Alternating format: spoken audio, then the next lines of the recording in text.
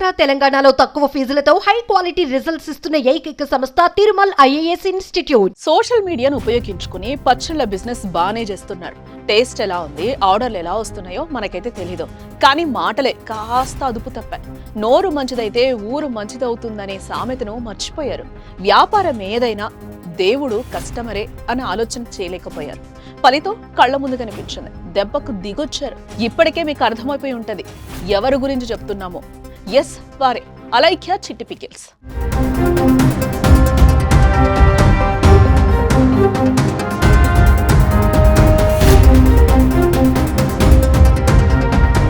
వారు ఏ సందర్భంలో భూత పురాణం చేయాల్సి వచ్చిందన్నది, ఎందుకు భూతులు తిట్టారన్నది వారి విజ్ఞతకే వదిలేసి మనం మాట్లాడటం కంటే ఆ ఇష్యూ నుంచి నేర్పిన గుణపాఠంపై మాట్లాడుకోవాలి.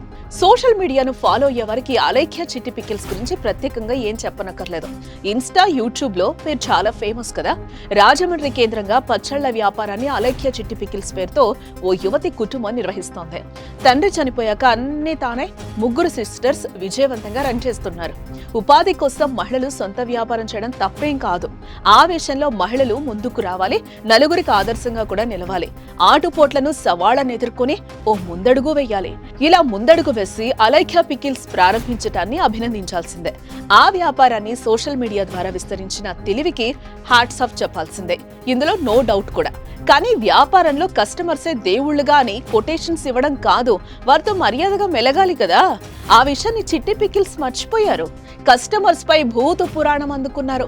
ఏదైనా వ్యాపారం విజయవంతం కావడానికి కస్టమర్ విధేయత కీలకమైన అంశాన్ని మర్చిపోయారు.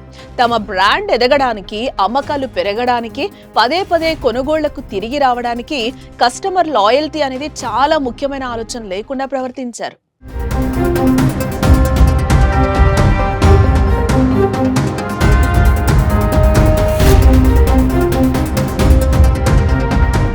సోషల్ మీడియాలో చిట్టి పికిల్స్ ఫేమస్ కావడంతో తెలుగు రాష్ట్రాలతో పాటు దేశ విదేశాల నుంచి కూడా ఆర్డర్స్ వస్తున్నాయి. ఈ నేపథ్యంలో వారు ఓ వాట్సాప్ బిజినెస్ అకౌంట్ ద్వారా ఆర్డర్లు తీసుకుంటున్నారు. ఇటీవల ఓ కస్టమరు ఆ వాట్సాప్ అకౌంట్ లో పచ్చళ్లు మెనూ చూసి ఇంత ధరలు ఎందుకున్నాయో అంతుబట్టడం లేదని ప్రశ్నించాడు. దీంతో అటు నుంచి అభ్యంతరకరంగా బూతులు తిడుతూ ఫీమేల్ వాయిస్ తో మెసేజ్ వచ్చింది. ఆ బూతులు రాయలేనివి, చెప్పలేనివిగా ఉన్నాయంటే ఎలా తిట్టారో ఒకసారి అర్థం చేసుకోవచ్చు. వారు వాడిన భాష పరమ నీచంగా ఉంది. ఆ తిట్ల పురాణంపై సోషల్ మీడియాలో చిట్టి పికిల్స్ పై విపరీతంగా ట్రోలింగ్ జరుగుతోంది. ఈ దెబ్బకు వారు ఏకంగా దుకాణం కొన్ని రోజులు మూసుకోవాల్సిన పరిస్థితి ఏర్పడింది. ట్రోలింగ్ తీవ్రతకు వాళ్ళ ఫోన్ నెంబర్లు ఆపేశారు. అంతేకాదు ఆ వాట్సాప్ అకౌంట్ కూడా డిలీట్ చేసేశారు. ఈ దెబ్బకు వారు దిగొచ్చారు. తప్పైందని క్షమాపణలు వేడుకుంటున్నారు. నేను అలైఖ్య చిట్టిని మాట్లాడుతున్నాను. నేను తప్పు చేశాను. ఎవరినైతే ఇప్పటి వరకు నేను తిట్టానో వాళ్ళందరినీ సారీ అడుగుతున్నాను. నేటి కాలంలో ఆడపిల్లలు గంభీరంగా ఉండాలి. అవమానించినా, అసభ్యకరంగా మాట్లాడినా వారికి సమాధానం ఇవ్వాలి. దాంట్లో ఎటువంటి తప్పు లేదు, డౌట్ లేదు. అది తప్పని కూడా ఎవరు అనరు. కానీ మన నాలుక అదుపులో లేకపోతే కష్టాలు తప్పో. అందులో నోటి నుంచి వచ్చే ప్రతి మాట ఆచితూచి ఆడాలి. మన మాట తీరులోనే మనలో ఉండే సభ్యత, సంస్కారం బయటపడతాయి.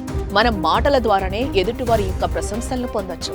మన మాట తీరును బట్టి మన వ్యక్తిత్వాన్ని అంచనా వేస్తారు. మన మాటల్లో పదును కాస్త పట్టు తప్పి హద్దు మీరితే అరదండలే. అలైఖ్య చిట్టి పికిల్స్ విషయంలోనే కాదు, ప్రతి వ్యాపారంలో కూడా నోరు అదుపులో ఉండాలి. కస్టమర్స్ లాయల్టీ కనిపించాలి. వారికిచ్చే మర్యాదనే వ్యాపారం విజయానికి నాంది. తెలుగు రాష్ట్రాల్లో చిట్టి పికిల్స్ వివాదం ఏం చెప్తుందో మీరే కామెంట్ చేయండి.